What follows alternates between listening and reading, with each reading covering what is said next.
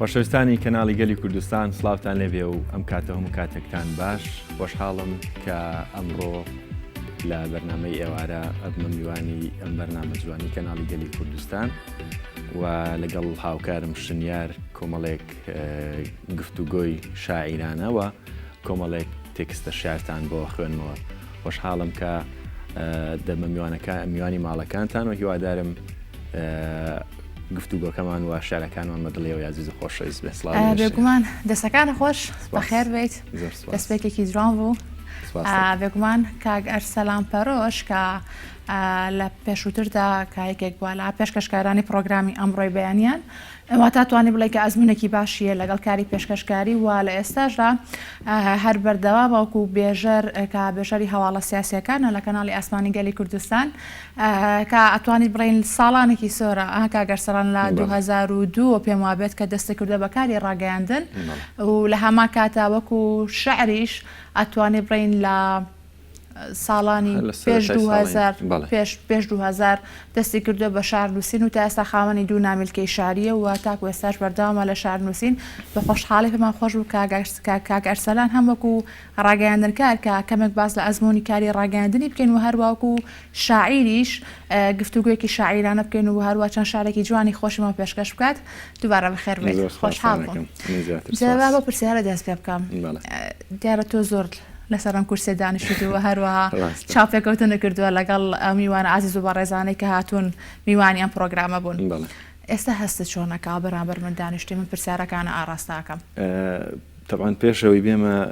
ئێرە دانیشم لەگەڵ هاوڕێن باسیەوەم کردومەوە هەستەکەم یەکەم جارە ئەچمە ستۆدیۆوە ئەو سترێسە هەر هەیە وەکو سترێس نا بەڵام هەستێکی یعنی وەکو هەستێکی غەریبە وەکو ئەوە نییە خۆیسە تۆ پێشترۆکو خۆوتێ هەموو بەیانیانێک لێرە بەرنامەم پێشکەش کردووە خۆم چەند بەرنامێکی ئارانم پێشکەش کردووە بەڵام کاتێک کە خۆیت ئەبیتە میوان لە بەرنامێکی ئاوە بێگومان هەستێکی ترێ هەیە ینی هەستەکە جیاوازە نازانم چۆن بەڵام هەستێکی جیاواز دەلاخی تویا دروستە بێ بۆ منیش هەروایە ینی کە کاتێک چاپێکەوتن لەگەڵ هاوکارێک ماکەم یاخود ڕاگەیاندنکارێک کە بەرامبەرم دانیشێت ینی هەستێکی غەریبە سەیرە نازانێت چۆن وەسفیکەی بەڵام لە هەمە کاتە خۆشە ینی تۆ ئەو کەسەی بەرامبەرە ئەناسیت ئەو تۆ ئەناسێت ئەزانی چۆن پرسیارەکانەکەیت و چۆن گفتوگۆشەکەین دووبارە خۆشحاڵم کاگەرسەلان بەگومان پێش دەست پێکردنە بەکاری ڕاگەیاندن تۆ بە شەعر دەستە پێکردووە و تا ئێستا خاوەنی دوو نامیلکەی شارێکێکێکیان بۆ مناڵانە پێکاتوە لە شاری مناڵان ئەویان خۆشە باسی ئەو دوو نامیلکێ تاوان ساڵی 2001 نامیلکەیەکی شعریم چاپ کردووە بە ناوی ئەستێرە درەوشاوەکانی ئاسمان بۆ مناڵان بە خۆشحاڵی و بە سوپاسەوە و کاتە سنتەری مناڵانی با بڵێن کەلار بەڕێز مامۆستا محەممەد سابر بەڕێوەبەری سنتەرەکە بوو ئەو شتێکی وایی بۆ تەرەحکردم و من کۆمەڵێک شعرم هەبوو و کاتەوتی وەرە لە نامیلکەیەکا بۆ کۆکەینەوە وەکو سنتەری مناڵان بە سوپاسەوە بەیان کردم بە نامیلکەیەک و ئەو نامیلکەیەم وەکو یەکەم بەرهەمی شعریمە کە تا ئێستا بوو ماوەتەوە زۆر باشە و ئەتوانین بڵین وەکو خانەوادەکەت وەکو خێزانی تۆ کە باوکی خوالی خۆش بووی ئینشەڵڵا ئەمڕۆی لە هەموو ڕۆژەکانی خۆشترە بێت ڕۆحی شاد بێت کە ئەو ئەتوانی بڵێن کاریگەرێکی باشی بەسەر تۆ بەجێهێشتۆ کە ئەو خۆی شاری نووسیوە و هەروە دەستی شاری هەبووە ئەتوانێت تۆ زیاتر چاوت لە باوکە کردو دەستی کردو بە شار نووسین طبعاً من باوکم لە ژیانە نەماوە پێشتر کە مناڵ بووم زۆر جار با بڵێن لەگەڵ دایکما لە ماڵەوە بووم یادگارەکانی باوکمی دەرەکرد ینی زۆر جار تا ئێستاش کەلوپەلەکانی هەرماوەتەوە ینی دایکم پاراستویەتی لەگەڵ هەندێک شارەکانی ماوەکە کۆمەڵێک دەستنووسی هەیە ینی هەر بە دەست و خەتی خۆی نووسیوە باوکم طبعاً خوێنەواری نەبووین با بڵێن لە مەکتەبان نەیخوێنەوە بەڵام بە هەوڵ و مینی خۆی فێری نووسین و ئەوانە بووە لەگەڵەوەشا کۆمەڵێک شعری نووسیوە کۆمەڵێک دەستنووسی شعری جێهێشتووە من ڕاستی ئەو کاتانە بە مناڵی تەمەنم 13 ساڵ و لە ساڵی 1990 یەکەم شعرم نووسی هەر کاریگەری ئەو شعرانی باوکم بەسەرمەوە هەمزانی شعران نووسێ ئەنی منیش هەوڵم ئەدا لاسایی ئەو بکەمەوە بۆ یەکەم جار کە شعرم نووسی خەریکی بەرگرتنی دەفتەرێک بوومە و کاتە هەر لەسەر دەفتەرەکە و لەسەر چۆنێتی هەڵسوکۆتی مامۆسا لەگەڵ تەلەبەوانەیە شعرێکم نووسی دوای وردە لە دوای ئەوە دەستم پێ کرد باشە پێشەوەی پێکمان کۆمەڵە گفتوگۆ پرسیاری کەشمان لەبەردەستە گفتوگۆی لە بارۆکەین با ئێستا گوێبستی شارەبی. باش ئەم شاری کە ئێستای خوێنمەوە بە ناونیشانی نازانم چیت.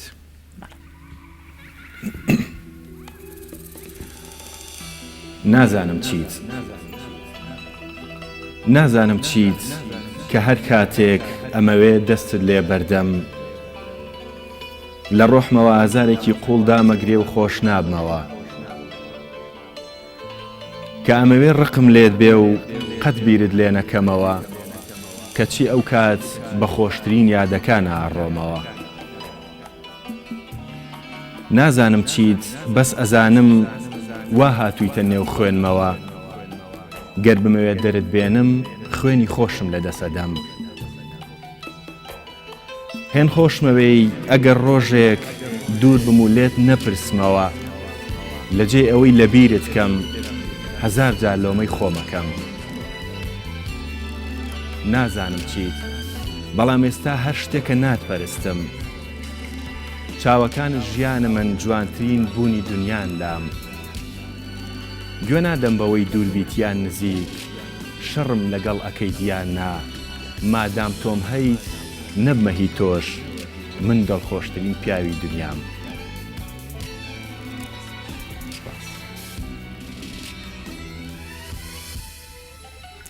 دەسەکانە خۆش شارێکی جوان شارێک بەڕاوپڕ لە ئەوین و خۆشەویستی. توانیم ڕێی لە هەموو بوارەکانە شارە نووسیت؟ بەڵێ خۆی ئەوەی کە زیاتر دەرەکەوێت بێگومان ئەو شارانەیە کە با بڵێن بۆ لایەنی خۆشەویستیەوانان زیاترەوانە بەسەر شارەکان تازاڵە. بەڵام لەگەڵ ئەوەشە بۆ دایک شعرم هەیە بۆ نیشتیمان شعرم هەیە وەکو باسمان کرد بۆ مناڵان شعرم هەیە و کۆمەڵێکی تر شعری با بڵێن هەمە ڕەنگ و جۆرا و جۆریشم هەیە. زۆر باشە تا بە ئەوم بیر ناچێت پەرۆش نازناوێکە کە خۆت بۆ خۆتە هەڵبژاردووە ئەرسەلان پەرۆش یاخود ئەمە چۆن هەڵبژات ڕاستەکە زۆربەی شاعیرە نەخود کەسە هونەریەکان هەمیشە نازناوێکی هونەریان هەیە تایبەت بەخۆیان ئەیانێ زیاتر بۆ ناوە بناسرێن. بەڵێ طبعاً پێشەوەی وەڵامی پرسیارەکە بەمەوە من کە ئەو نازناوم هەڵبژاردووە لە تەمەنێکی مناڵیا بووم ڕەنگە زۆر جار لە تەمەنی مناڵیا بیر لە هەندێک شت نەکەیتەوە بەڵام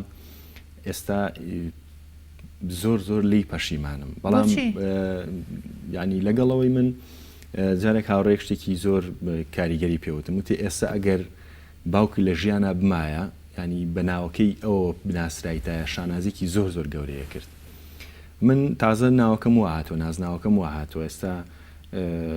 زۆربەی هاوڕیانم هەر بە پەرۆش بانگ مەکەن ئەرسەلانەکەشیان لێ کردوێتەوە. بەڵام هەڵبژاردنی ناوی نازناوی پەرۆژە و کاتە تەمەنم مناڵ بوو من لە یەک دوو با بڵێن گۆڤارە ئەوانەیە شعرم بڵاوە کردەوە ناوی باوکم کە حەمە ڕەشیدە تۆزێک هاو برادری گوتی تۆزێ ناوەکە درێژە وەرە لە قەدێکدانێ نازناوێکدانێ بۆی هەم کورتی کەیتەوە هەم نازناویش خۆشترە ئیترە و کاتە ئەوەم دانا بۆ وەڵامی پرسیارەکەش پەرۆژ بۆچی بە دێڕە شارێکەڵێم مەپرسن بۆچی پەرۆشی من ئاشکرایە چونکە کوردم خاکی کوردیش گەلێ خەمی گەورێتیایە. ئەیگیان دەستخۆش دەسەکانە خۆش. جامی ئەو پرسیارە بکەم کە باس لۆ کرد کە شعرە بۆ مناڵان نووسیوە و تو بە بەردەوامی شارە نووسیت بەڵام هەمیشە دەڵێیت کە کاتێکە بۆ نمونە شارێک ئەنووسیت کە کاتێکی بەسەرە ئاپات بۆ نمونە چەند مانگێکە یاخود ساڵێکە هەستەوەی کە ئەو شارە کوم بۆ ئەم ڕۆژگاری ئێستا نابێت بۆیە پێویستەکە شاری تازەتر بنووسیت. بەڵێ بێگومان یعنی ئەوەی کە شعر بنووسێ هەمان ئەو هەست بەو شتاکاکە ئێستا منێڵێم ئەنی من ئەوەی کە ساڵانی 2001 و 2003 چاپم کردووە ئەگەر ئێستا ئەو شعرانە بۆ بێنیتەوە بڵێ چاپیکە با بڵێن بەرهەمێکی نە چاپکەم یەک شیعر لەو شعرانە دانانێمەوە چکۆ لە سەردەمی خۆیان بووە کە ئەمساڵ شعرەکە نووسی ینی 2 ساڵی تر سەیری هەمان شعرەکەیتەوە دنیایەک ڕەخنە و تێبینی لێ هەیە ینی ڕەنگە ئێستا من کام ڕاتومەتە بەرنامەکەی ئەم شارانە تازەیە کە پێشکەشی شارەکان تازەی تایە بەڵام گەرماوگەرمی تایە بەڵام شعری ئەوەشی تایە پێشتر نووسیمە ینی ئەو شعری کە پێشتر نووسیمە ڕەنگە هی 6 مانگ پێشێسە بێ ئێستا کە هاتوومە دێڕم لێ گۆڕیوە ینی کە شیارەگەی نووسی ئەبێ بە گەرمی چاپیکەی ئەگەر بکەوێتە مەسەلەن ساڵێک دو ساڵێک دوای ئەوە ڕەنگە خۆ لێ سار دەبێت خۆ لە شارەکە سار دەبێتەوە ئەو لە کاتی خۆیان بۆ کاتی خۆی خۆشە هەنی بۆ کاتی خۆی بۆ سەردەمی خۆی ئەبێ بە مێژوو بەڵام کە تەخیرە کرد با بڵێن دواکەوت ئەو کاتە لی سار دەبیتەوە ینی بە چاوێکی ترسەی شعرەکەکەی دنیای ڕەخنە تێبینی لێ هەیە ڕەنگە لێ بگۆڕی ئەوەی تایە کاتێ سابێت شاری زۆرت ئامادە بێ بۆ چاپکردن چکە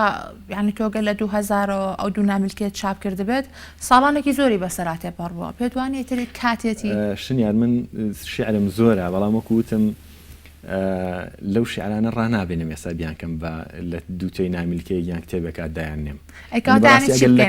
شارەکان بۆ نمونە کە ئەینووسی ڕاستە لاچە کاتێکی بەسەرا بڕۆ تۆ شارێ ئەنووسیت یاخود دەتەوێت کۆمەڵە شار بنووسیت بگیتە دووتۆی کتێبێک بۆ چاپی بکەیت بێکو من هەر کاتێکی بەسەراتێ بێگومان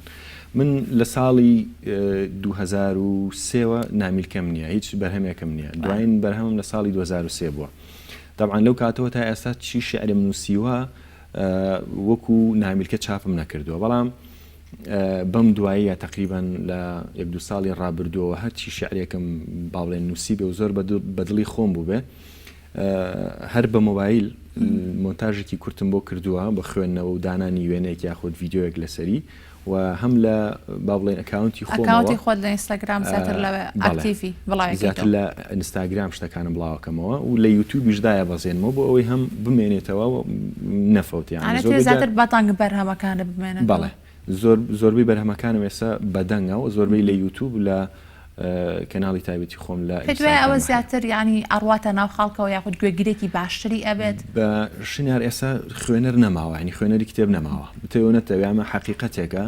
ینی هاتنی تەکنۆلۆژیا و بڵاوبوونەوەی ئەم تۆڕە کۆمەڵایەتیانە و مۆبایلی ئاسانکاریە بۆ خەڵک کۆمەڵێک ئاسانکاریە باڵێ بەگومان بەڵام خەڵک ئێستا ینی خوێنەر ئەو جۆگەر ئەوەی کە با بڵێن ئێوە شتێک بخوێنێتەوە زیاتر لە ڕێگەی مۆبایلەکەیەوە حەزەکات شتەکان ببینێ گوێ لێ بێ بیخوێنێتەوە ئێستا کتێب زیاتر پەرایەز خراوە بەرداوە بین تو خۆت ئامادەکە بۆی شارێکەمان بۆ بخوێنیتەوە بەڵام دوای ئەم ناوبڕە و ئەگەڕێنەوە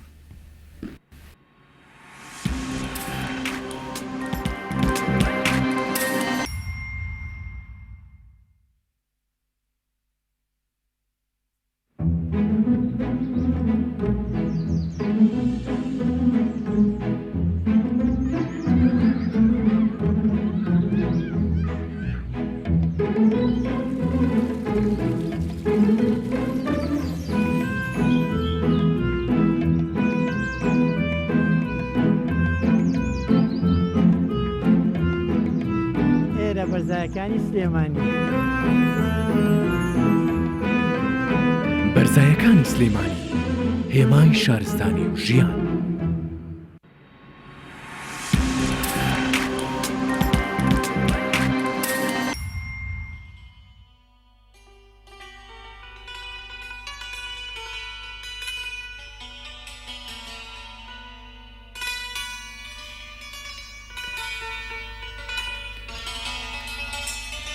نازانم بۆ هێن بەنازی و هێندە زوو زووبیان و وەگریت کە ڕوت خۆشە وەک هەنگوینی تو ڕەشەبی کەسێتری ئەوەندە زۆر عاجزە بیت خەریکە دەرئەچێت لەوەی کە ئەڵێن خۆشەویستی و شەڕ نەک هەرگیان و دڵ و بێوەی خۆ تۆ هەرچی بیت خۆشمەوەی شەڕەکانیشت هەر خۆشە کاتێک قسەم لەگەڵ ناکەی زیاتر دڵم بۆت بەجۆشە هێزی دڵم کە هەندێک جار قینەکەیت و قسە ناکەیت دەیان نامەت بۆ نێرم ئەیبینی و سەیریشی ئەەکەیت کە فوکوڵم زیاترە بێ خۆشەویستیم 100 هێندە بۆت ڕۆژێک 24 سەعاتە 124 ئەمرم بۆت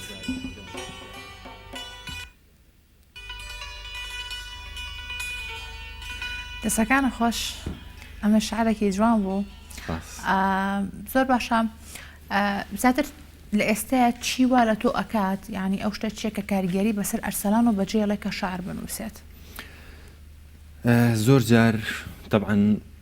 ئەو شتانی کە ئەیبینی هەرێکێک لە ئێمە بۆ خۆی هەستی هەیە شنیار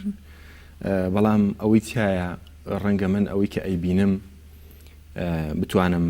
لە 4 دێڕا لە 8 دێڕا لە چەند دێڕا دای بڕێژمەوەنی ئەو هەستەی کە هەمە دای بڕێژمەوە هەمان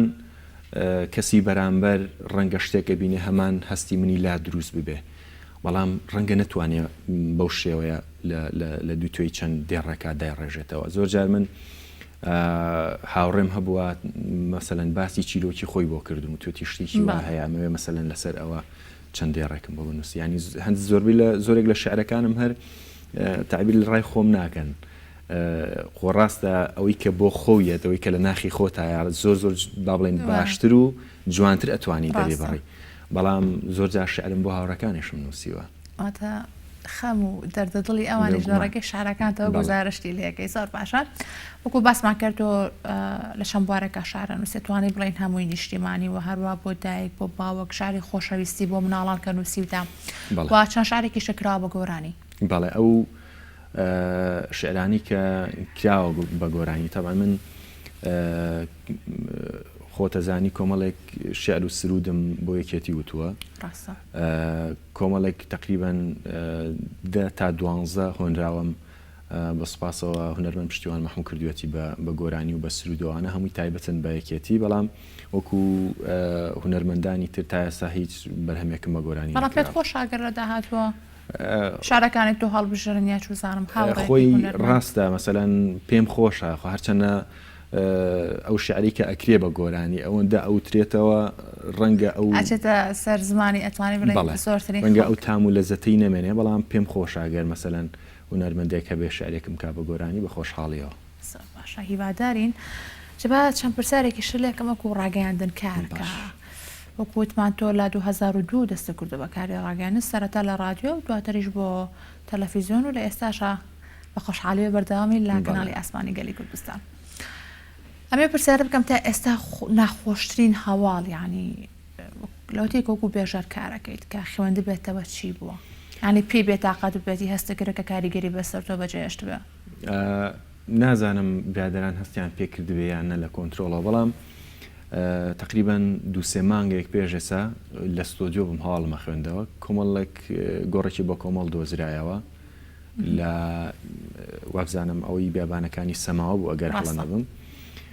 کۆمەڵێک لەو کەسانی کە ڕۆشتن بۆ سەر گۆڕە بە کۆمەڵەکە کە سوکاری خۆمی تیا بوو ینی هاوڕێ و دۆستی نزیکی خۆمی تیا بوو ینی ئەیانم بینی کە بەسەر گۆڕەکان و لە دوورەوە گۆڕەکانیان ئەبینی و ئەگریان لە ستۆدیۆیا گریان بەڵام برادران نازانم هەستیان پێکردبیان ئەوە ناخۆشترین هەواڵ بووە کە من لە ساڵی 2002 کە لە ڕاگەاندنام و هەواڵە خوێنمەوە و بەرنامە پێشکەشەکەم ناخۆشترین هەواڵ بووە کە تاوەکو ئێستا من خوێند بێتمەوە چکە خۆم باوکم با بڵێن شەهیدی جنۆسایدە بۆیە ئەو یەکێک لە ناخۆشترین هەواڵەکان بووم ئینشاڵڵا ئیتر هەواڵی وان ناخۆش ناخوێنێتەوە بێگومان وەکو پێشەری سیاسی شامیشا ڕۆژانە هەواڵی خۆش و ناخۆشێتە بەردەستە دەما لە دەستی خۆتان نییە مەجبوری کە پەیامەکە بگێنی بە خەڵک بە هەر چۆنە بێت باشە قەت بووە کە کاتێک خۆت ئاماداکەی بۆ خوێندنەوەی هەواڵەکان لە ستۆدیۆیە شعر بڵێیت یاخۆ شعر بۆ هاوڕەکانت بڵێیت زۆر جار کە ئیلهامیت نەکاتی با بڵێن میوانیە زانێ نە با بڵێن هەندێش نازانێ من لە گرمەی تاقیکردنەوەیە لە زانکۆیە شعرم نووسیوە هەر هاتوومەتە دەرەوە پیشانی برادەرەکانیشمدا ئەو شعری کە لێم با بڵێن نووسیومە بە هەروەکو یادگاریەک لەسەری نووسیومە فلانە تاقیکردنەوەی فلانە ڕۆژ لە زانکۆ ینی بەڵێ زۆر جار هەبووە من شعرم نووسیوە زۆر جار هەر لە پێشەوەی بچمە ستۆدیۆوە هەرچەند با بڵێن بە ماوەیەکی کەم ئێماشینە ستۆدیۆ بەڵام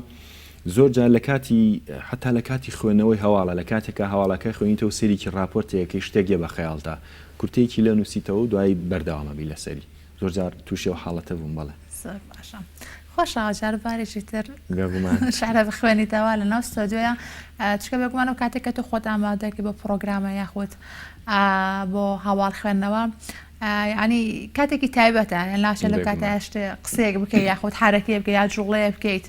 یاخود شعرە بخوێنیتەوە هەموو ئەمانە بن بە یادگاری بێگومان باسمان لە نامیلکەی دووەم نەکرد پێم وابێ زیاتر باسمان لە نامیلکەوە کرد کە پێشکەشە کردو بە مناڵان. نامیلکەی دووەم ساڵی 2023 چاپم کردووە. ئەو نامیلکەیە چەند هاوڕێیەک یارمەتیان داوم بۆ چاپکردنی تەبعاً ساڵی 2023 کۆمەڵێک شعری تایە هەمووی تایبەتە بە خۆشەویستی هەرچەند شعرێک بۆ دایک و شعرێک بۆ نیشتیمان و شعرێک بۆ خۆش بۆ شەهید و ئەوانشی تایە بەڵام بە زۆری شعرەکانی بۆ خۆشەویستی وتراوە لەسەرەکی خۆم بە یارمەتی بە هاوکاری کۆمەڵێک لە هاوڕێیانم چاپم کردووە. زۆر باشە وەکو باسیشمان کرد کە بە تەمایت کتێبێکی شاری خۆت چاپ بکەیت ئیشەڵڵا هیوادارم کە بە زووترین کاتۆ کتێبە چاپکەی بۆی سار نەبیتەوە لە شعرەکانە. ئەسبێمان خۆشە با گوێویستی شارێکی کەبی. شعرێکم حاضر کردووە بۆ دایک بۆ دایکی خۆم نووسیوە تەبعاً ئەو شعرانی کە ئەینووسم حەزەکەم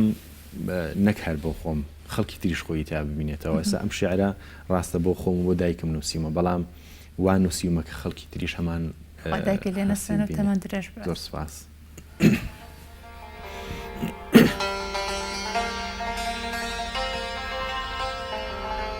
دایجان دایجان ئەی شیرینەکەم یادگارە جوانەکەی بابە تا مەزرۆتم بیرت ئەکەم تینووی ماچی دەستەکانتم لە بێتۆیە دایجان وا خەریکە ڕۆح دەرەکەم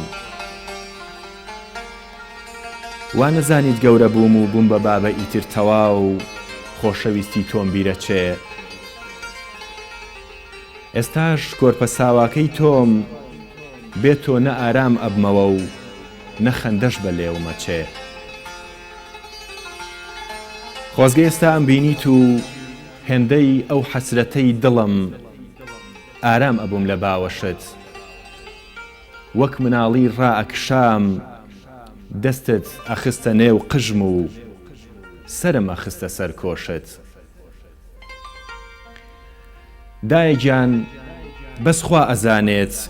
بە چ ڕادەیەک خۆشمەوەی چەند دوعای خێرت بۆ ئەکەم ئەگەر ڕۆژێک بە مناڵیم یان تا ئێستاش ڕەنجاندوومیت من داوای لێبوردن ئەکەم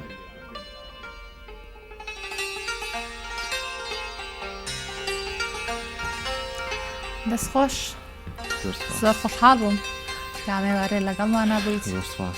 بە هیوای بەردەوامی هەمووکو ڕاگەیاندن هەمووکو شعر نووسینیش هیوای بەردەوامی بۆ خوازم زۆر خۆشحاڵ بووم. زۆر سپاس شنیاجان زۆر سپاس بۆ ئێوە بۆ ئەو ستافە جوانەی بەرنامەی ئێوارە منیش هیوای بەردەوامی بۆ ئێوە سپاس خۆشحاڵ بووم یعنی پێم خۆش بوو کە فریای زۆرترین شعر بکەین کە پێشکەش بێمە ببینەرانیشی بکەین بەڵام ئیشەڵا بۆ دەرفەتیکان پێم باش بوو کە هەنێک گفتو گۆش بکەین بۆی خەڵکی ژانی هەنێ زانیاری بزانێ لەسەر ژیانی ئەرسەلان دووبارە بەخێر بەی سەرچاوانم بەڵێ خۆشەویستانی ئەمە پرۆگرامی ئەمڕۆتان پێشکەش کرا هیوادارم تای پرۆگرامەکە بەدڵی ئێوە بێت سپاس کە تا ئێستا لەگەڵمانە بوون ئێوارێکی خۆش بۆ گشتێکتان